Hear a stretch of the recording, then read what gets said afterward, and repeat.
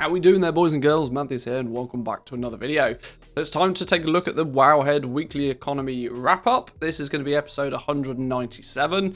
Now, some of you that have been watching recently on stream will know that I'm not currently playing World of Warcraft as much as I usually am. I've actually been kind of hooked by the New World bug. So if you're interested in New Worlds, leave a comment down below. I'm planning on making a few little guides. I'm deciding whether to put them here on this channel, whether they'd be beneficial to you guys if a lot of you have switched over, or if I should maybe throw them up on the second channel just to see what the popularity is on them. But I'm having a blast playing New World, but I like to keep up to date, and I also like to keep you guys up to date with what's happening in World of Warcraft. So, from a goal maker's perspective, let's dive into the weekly economy report and see what's been going on.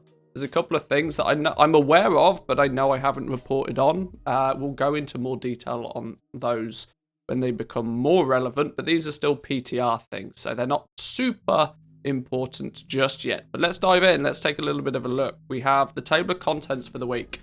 9.1.5 PTR material buffs. We have some mission table success, a masterclass in flipping, and then some further reading. It's a nice short and sweet one, it appears, for episode 197. Shout out to Samadan though for putting this together for us each and every week. This goes live on the Wowhead blog on a Sunday evening. I like to go through it on the Monday to just get a feel for what's been going on. Please check out Samadan though if you haven't already. His YouTube and his Twitch links will be in the description down below. But first, the big thing that's happened this week is a material buff. Now, you can look at this in two ways. A buff to materials is good for some people, but it is bad for others. You can see here a blue post from Blizzard goes in to state that professions, mining ore drop rates across all zones, including Elysium, has now been increased by 20%. Both callous hide and heavy callous hide drop rates have also been increased by 20%. Jewelcrafting essence drop rate increased by 10%, and lightless silk drop rate has been increased by 20%. Now, this is an interesting one. From the perspective of Jewelcrafting, this is both a double buff or a double nerf, depending on how you look at it. More ore, and then more essences from the same amount of ore. This is basically a huge increase to the amount of essences that we're going to get. Whether this is to speed up the leveling of your legendaries in any way, shape or form, we'll have to see. Like Samadan says here, that the reasoning behind this is actually a little bit unclear. Blizzard very rarely tell us why they're making the changes they're making unless it's based on community feedback. But Samadan claims that I would imagine it ties directly with the high cost in quantity of materials required to craft legendaries. It is no coincidence, I think, that these are materials that do primarily affect the legendary crafting. Obviously, tailors are going to need lightless silk in large quantities. I think this is probably a knock-on effect of Blizzard making the lightless silk requirements for Vestige of Origins for tailors be outrageous. To this day, tailoring, if you craft a Vestige of Origins with tailoring over any of the other professions that can make the Vestige of Origins, you're likely paying somewhere in the region of about 10,000 gold more than you probably should do. Sizable amount, right? This has caused people to pair up their tailoring with another legendary crafting profession, even if they don't plan to craft anything with that, just to make the vestiges. The jewel crafting essence drop rate is an interesting one for me. It seems a bit late in the day to be making changes to the essence drop rate.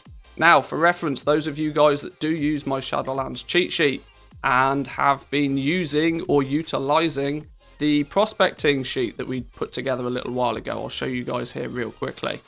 The prospecting sheet is used by lots of people. Now, I'm going to obviously have to try and update this. I will spend some time on the PTR trying to figure out just how this... I mean, they say it's been increased by 10%, but until I do some actual science for it and do some testing for it, I can't really put exact numbers for prospecting rates. Prospecting is an intricate system For jewel crafters and those that understand it and those that get on board with it are the ones that make a lot of gold with jewel crafting. So I will do some testing, don't worry. If you join us on the live streams, twitch.tv/Manthieus, you'll likely be able to see us do some PTR testing in the near future. But yes, this is going to be an interesting one. That if we are now starting to see more essences per ore and more ore for the same quantity of time spent mining, the likelihood will be is that we'll see a significant drop in value of these items. Increasing drop rates almost always reduces the value of the items because people will still farm as much as they feel that they can. And in the early days, people see the advantage of just running out there, farming up a bunch of this and taking advantage of the market before people realize this. You got to remember, there's only a handful of people that really actually pay attention to these changes, and these sorts of things will go unnoticed by many. This won't tell you in a tooltip. This won't tell you in game in any way, shape or form. If you don't know about this change, you just won't know about this change. So those that are in the know are going to have the ability to take advantage of this. So my suggestions, I'm probably going to structure this material buff into its own little video in a few days time. But for the purpose of you watching this here now, my recommendation is maybe consider selling off any supplies of these ores that you've got. Maybe don't consider investing too heavy into these materials for the next patch, because the likelihood is that, that we will probably see a huge spike in quantity of these, especially the essences, because the essences are affected twice by this. There's more essences per ore, and there's going to be more ore. So it's like a double buff or, like I said, a double nerf in some regards. But it's cool to know. Hopefully it will make you be able to level up your legendaries quicker and at a hopefully lower cost. It's kind of getting a bit annoying, I'd imagine, trying to grind your way through the first few ranks of legendaries, considering the fact that ranks 1s, 2s and 3s are basically worthless. It's not until you have the ability to craft a rank 4 and then the 5s and 6s that you can really start making some gold with legendaries at the moment. But let's see what other people have to say on it. So, legendary crafting outside of tailoring is just an insane proposition to get into as a solo player, not directly buying materials from the auction house. Well, my first comment on that is that the system was not designed for that purpose. The legendary crafting system was very clearly designed so that you would have artisans on your realm. Those players that are buying their materials and are leveling them up at a much faster speed. If you want to be fully self-sufficient, yes, I would imagine it is ridiculous. But even then, that's not how the system was designed in the first place, for sure. Or spending literally all of their time exclusively gathering. I've been running 21 maxed mission tables for months, and the quote-unquote passive income has given that player a rank 4 cloak, rank 4 leather waist, rank 3 leather wrists, rank 3 jewel crafting neck and ring, since those don't compete, no mail, no plate. Not been pushing cloth yet, but my lightless silk income seems like it would support a quick whatever I wanted once I'm ready. I think this change is more directly aimed at accessibility for players to make their own stuff if they choose to do so in a more reasonable time frame. It is definitely for sure a change that is designed for legendaries, but I don't think that the system, like I said, was ever really designed for you to be self-sufficient and to be able to solo your way up through the legendary crafting system. It was designed so that, you're gonna need to be able to do it at any reasonable pace. You can't rely on your own gathering. It's gonna have to be a community effort for you to, fully level up these legendaries. I think that was at least the mindset of when they created the legendary system. I don't think it planned out that way. I certainly don't think that they really succeeded in that. It just made it ludicrously expensive, and it made it, a rich get richer system, unfortunately, but maybe next time. It has historically been unusual, at least in the past years, whether new materials come... Oh, sorry, this is my bad. It also raises the question of when and if we will see new materials in 9.2. And then if there is one in 9.3.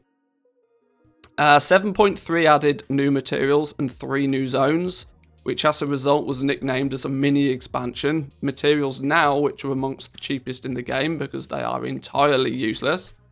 Yes, the end of Legion materials are...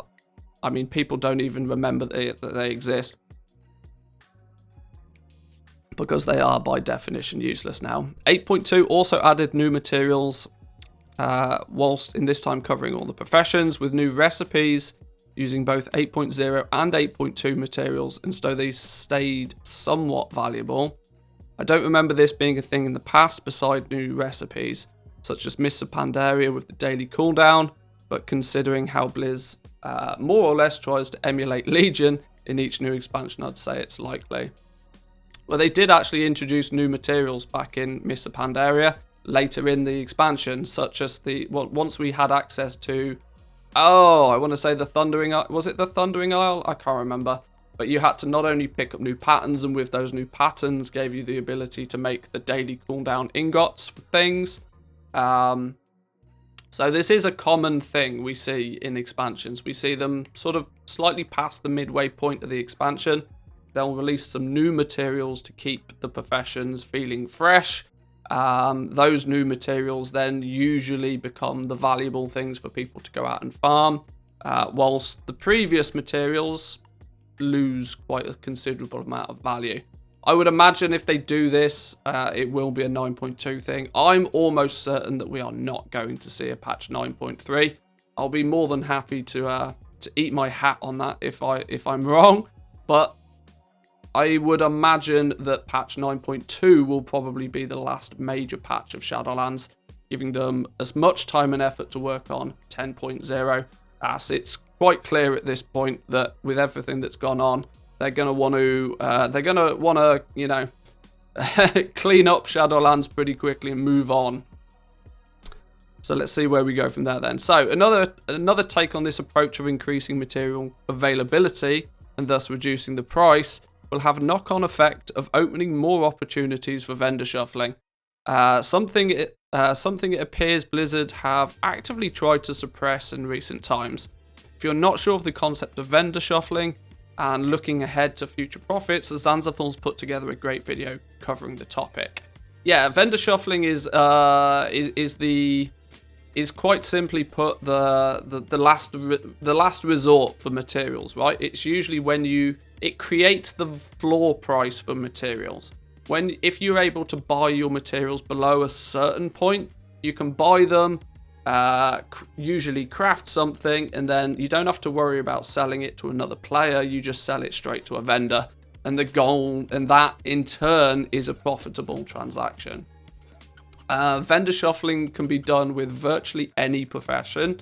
Zanzaful goes into a little bit of detail about the ins and outs of how it works.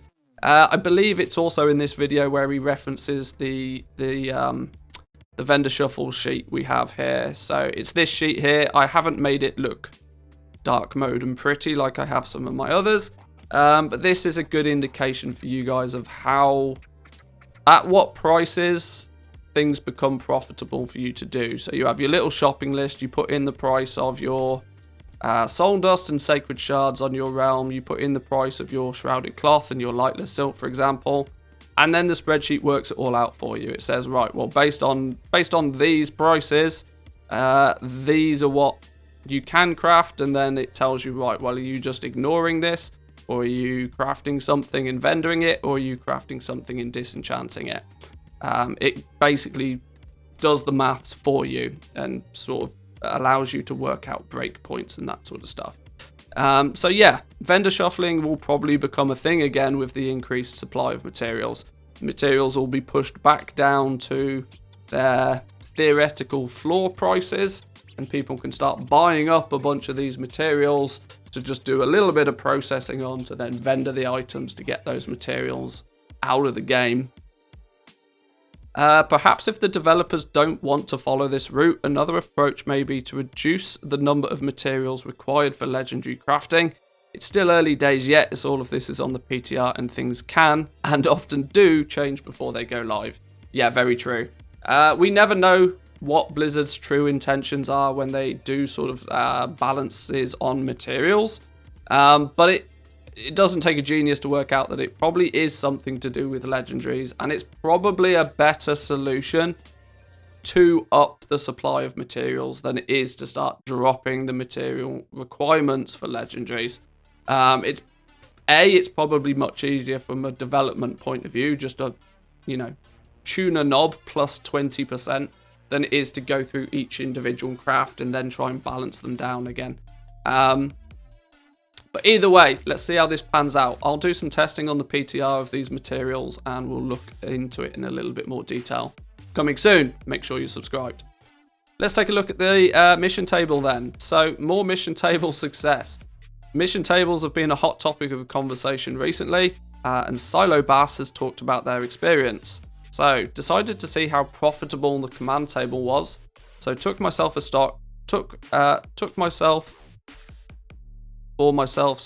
stock of everything for a week. Sorry, my reading is terrible.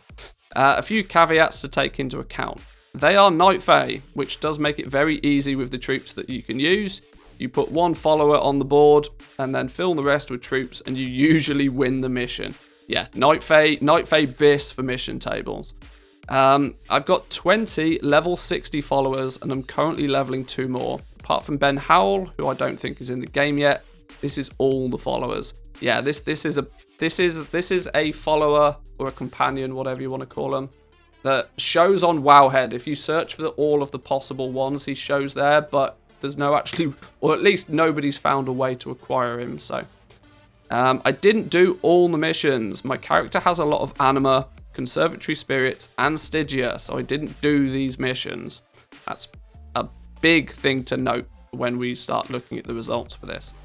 The gold value of the trade goods is simply taken from TSM market price when highlighted over the item and will vary a lot depending on the time of the day, realm, etc. And then the results. The TLDR version is that the gold and the points of interest generated about 60,000 gold plus 235 pet charms and of course a bit of reputation to go with. So this was for a week. So this is one character, high followers, and being Night Fae, 60,000 gold worth of stuff in a week. This is not out of the realms of what I would expect. Back in a good few months ago now, a long-time viewer of the channel sent me over some data. And of course, this was much earlier in the expansion, so they were probably able to assign probably a higher value to the items, but we reported in at about 100,000 gold worth of stuff.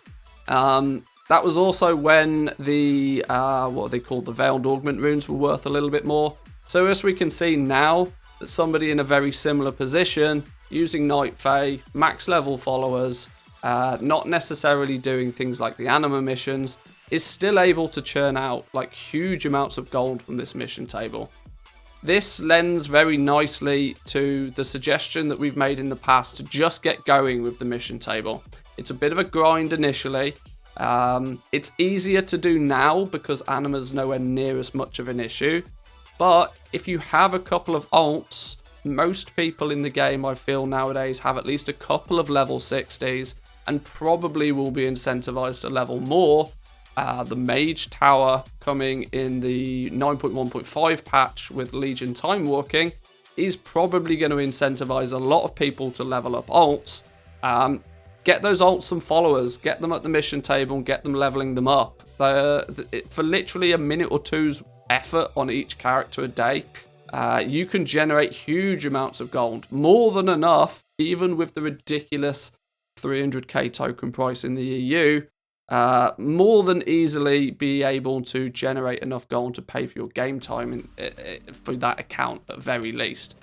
Meaning that any other gold that you just generate in the game can be yours to spend freely. Nobody, I think, should really complain too heavily about being able to play the game for free. So yeah, mission table, really, really good. A slight addition to add here, the character's also an enchanter. So a lot of the enchanting mats have come from disenchanting purples, either disenchant or vendor, whichever has the greatest gold value. Enchanting mats at the moment are super cheap most places, so I don't think that's going to make a huge difference, but you know, every little helps. So yeah, 60,000 gold a week is a reasonable amount towards making a token each month. Certainly this can be leveraged further with more characters and an investment of setup time. We've already mentioned Zanzaful earlier with his vendor shuffles. It's interesting to note that Zanzaful, when he's not playing New World at the moment, is also got a little bit of a challenge on the go where he's trying to set up 50 characters with the mission table. Now, he's still in the leveling process and has not quite got to the, you know, the grind of the followers and whatever. But make sure you go check him out. He's streaming most of it almost daily, like I said, when he's not playing New World. So make sure you go check out Zanzaful and keep an eye on what's going on over there. If you can do this at scale, it's going to be quite interesting to see. Is this going to be as ridiculous as Warlords of Draenor? Is this going to be as ridiculous as Legion for goal making? At the moment, we don't know. But it's safe to say it's pretty easy. This also brought up some discussion on how best to level those companions. Can anybody tell me if there is a method to the madness of leveling your companions, or is it just a mega grind? Never really focused on this stuff from the beginning of the expansion. Bunch of alts in 9.1, and I'm rotating missions usually more than once a day to all my followers, prioritizing bonus XP missions, and I've been doing this for weeks and they're all still about level 25. Feels like a truly insane grind to get the followers to 60. Before I read too much of the replies to this, one thing I will say is getting your followers to 60 is not a requirement. It is merely an eventuality. Depending on which covenant you play, at least, much above level 40, 45 of your companions, they almost get to the point where they can solo the missions. Maybe you put one follower and a couple of troops, but you never need to put more than 2 or 3 troops in most cases. 2 or 3 followers in most cases per mission. You probably want to focus on getting your companion levels up to the mid-40s range as quickly as you can, focusing on things like XP. And don't forget that they get the experience regardless of whether they complete the mission or not. Until they're in the mid-40s, focus on just XP. Forget about the bonuses that you get. Forget about the material caches. Forget about the pet tokens, the reputation. That will come later. You want to get your companions up first.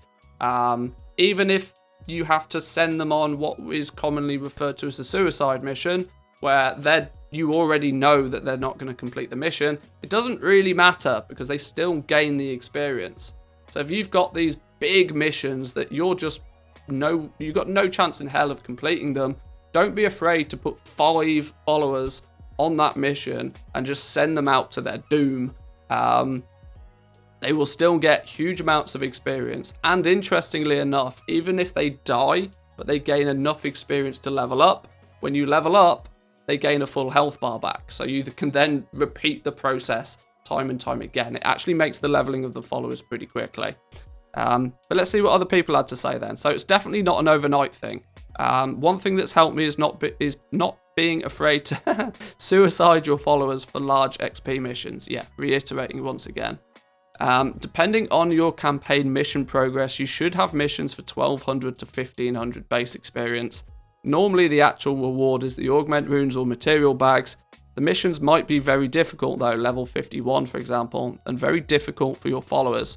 So I just send in 5 level 30-ish followers to their deaths, but they still get the base 1500 XP even if they don't complete it. Yeah, suicide missions can be a really good thing. 1500 experience for a companion that's low level could more often than not level them up. The amount of XP that's needed to level them up just exponentially increases as they get higher. So this is why getting them to 60 is just, don't worry about it. Even on my main characters, most of them they're in their low 50s, I think. They'll get to 60 eventually, but they're already strong enough to solo missions, so it doesn't really matter. For the main character I picked up the top half of my followers and focused on them, That way the other follower levels rise faster. For alts, I take it a step further and only accept the companions that I want, and I ignore the rest. Once they get leveled to get the extra helpers to 60, then I'll start getting rid of the orange exclamation points on Torghast and next to the table. I have really no... Either I've read that completely wrong or I have no idea. I think they're missing a trick here. I think they're missing the trick that the troop level is based on the median level of your followers. And you want to get your followers as fast as possible so that you can complete more missions. So if you only focus on a handful of your followers, you will find that your troop level probably stays really low. And especially in the case of things like Night Fae, it's actually the troops that carry. Whilst your companions are still low level, you need those troops to be strong enough to carry the missions. And considering you send a troop on a mission and it costs like 1 anima to do, it's a really, really efficient way to do it. So be careful. Be careful focusing on just a small group of companions. It may work for some, but my recommendation is get all the characters as quick as possible. Keep them at a similar level so that you have the best chance of completing the missions. And you can send out as many missions as you can. And on top of that, it keeps your troop levels up a good amount as well. There is definitely some efficiencies to be had here. Mr. Ugly has a great post over on r/wow going through many tips to getting the companions in Torghast. Plus, Zanzaful once again has a good video going through how he uses the table and the add-ons that go with. So yeah, make sure you go check out. If you're not subscribed to Zanzaful, by the way, make sure you are. You should be. His content's very, very good. So next, the Big Freeman also shares their experiences. Doing the table on 8 characters, mostly running it though for anima, XP and gold missions. The gold missions alone net me close to 40,000 gold a week. Nothing crazy for the time spent though. Restarting missions 3 or 4 times a day. Going through the 8 characters tables takes me close to 10 minutes, even with Venture Plan. So it's really not that long. You can spend less than an hour a day doing this. My learnings, even with 20 plus level 60 companions, the max level of difficulty, 20 table upgrades, it's not worth it. Gold value increases, but difficulty as well, to the point where most of my Fae companions are low health points after the 60 plus missions and need 12 hours to recover. It also takes me longer to assign groups that win. I mean, this is... You probably shouldn't be... if you're using Venture Plan, which is this add-on here, you put 1 follower on the mission and then press the button and it works it out for you. So you don't actually need to work out too much of this unless you're doing it manually. 40k is the total gold a week accumulated from all the gains from the 7 characters, not per character. So it's about 5k per character. I wonder where this stands versus the previous expansions, better than BFA but lower than WoD or Legion. I've only got 1 character at max difficulty 20 and all the others at difficulty 10. The gold missions can give between 300 to 370 gold, versus the level 10 missions are typically more around 250 to 310. I'm only counting the gold missions. I'm not running after mats or runes like you said. I hesitate to do that because of the pain to sell anything. I don't like to cut prices, but don't want to reconnect 5 times a day to relist the mats. Yeah, this is a very, very passive way to play the mission table, I think, and it's probably why there's not seeing huge results. Deliberately choosing to not do half the things is probably why, you know, the results are less than half. Good to know that even basic gold, though, is still relatively easy to achieve. But if you are taking the time and effort to do it, you might as well do it properly, because it's not going to take you any more time, but you are going to see much better results from it. But yeah, either way, the TLDR mission table's good. Go get them. Next topic of conversation, a flipping masterclass. I put out a video. It's actually a podcast episode that I'm starting. Episode 2 of the podcast is going to be up soon, by the way. Manthieus also has a great video this week about material flipping, goes into the process in more depth. Yeah, I did a video a couple of weeks ago, basically talking about how we're progressing on the NA realms, and I decided that the small introduction I did to material flipping there could do with a full length discussion video, which is how I'm going to structure these podcasts going forward. So if you've not watched episode 1 of the podcast, they're going to be slightly longer form pieces of content, but they're going to be things that are not necessarily too visually engaging, so feel free to throw it up in the background whilst you're doing something else, more of a listening piece, hence why I've sort of structured it as a podcast rather than like a straight video. Lazy Goldmaker's also chipped in this week on how he's doing his material flipping. It's always really good to get a couple of different viewpoints to see if there's any comparisons between the two, and you can often grab small snippets of information and tips that you can use in your gold making adventure. So make sure you check out Lazy's video on that as well. But there we go, boys and girls. That is the Wowhead weekly economy wrap up. This was episode 197. If you want to do some further reading, there are a couple of places you could check out. There's the r/WoWeconomy subreddit. They also have the accompanying Discord server. And of course, there are plenty of gold makers out there, such as myself, that have their own Discord servers now. And those are usually some of the better places to gain some information.